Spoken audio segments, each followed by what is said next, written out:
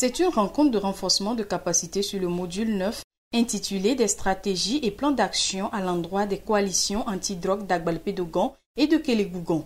Elle est initiée par l'Alliance nationale des consommateurs et de l'environnement (ANCE) et la coalition communautaire anti-drogue d'Amérique (CADCA). Elle vise à leur permettre de relever entre autres défis que sont la maîtrise de la formulation de la vision et de la mission, l'élaboration des stratégies adéquates et l'utilisation convenable de l'outil de collecte des données afin d'assumer convenablement leur rôle d'éveil de conscience.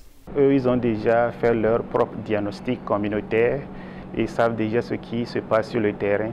Maintenant, c'est à nous de les renforcer, de leur donner les stratégies. Quelles sont les stratégies que les coalitions vont utiliser pour aller sur le terrain? Quelles sont les ressources qu'ils ont?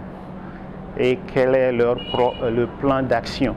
Dans ce module, nous allons parler de la collecte des données. Quelles sont les ressources qui sont là? On va aller travailler sur ces données-là. L'Afrique est jeune. L'âge moyen en Afrique, c'est 20 ans. Et dans l'adolescence, le cerveau se développe si vite que les enfants peuvent s'addicter très vite. Donc, par exemple, l'alcoolisme, c'est une maladie de l'adolescence. 90% des gens qui sont alcooliques, ils ont commencé à boire dans l'adolescence. On veut à tout prix éviter que les jeunes utilisent ces substances.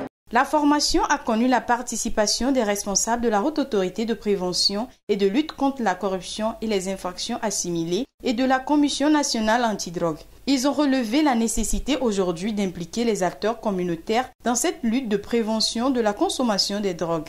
Cette approche participative, utiliser la communauté d'Agbalpé-Dogon, l'impliquer dans la lutte contre le fléau de la drogue, c'est une très bonne chose.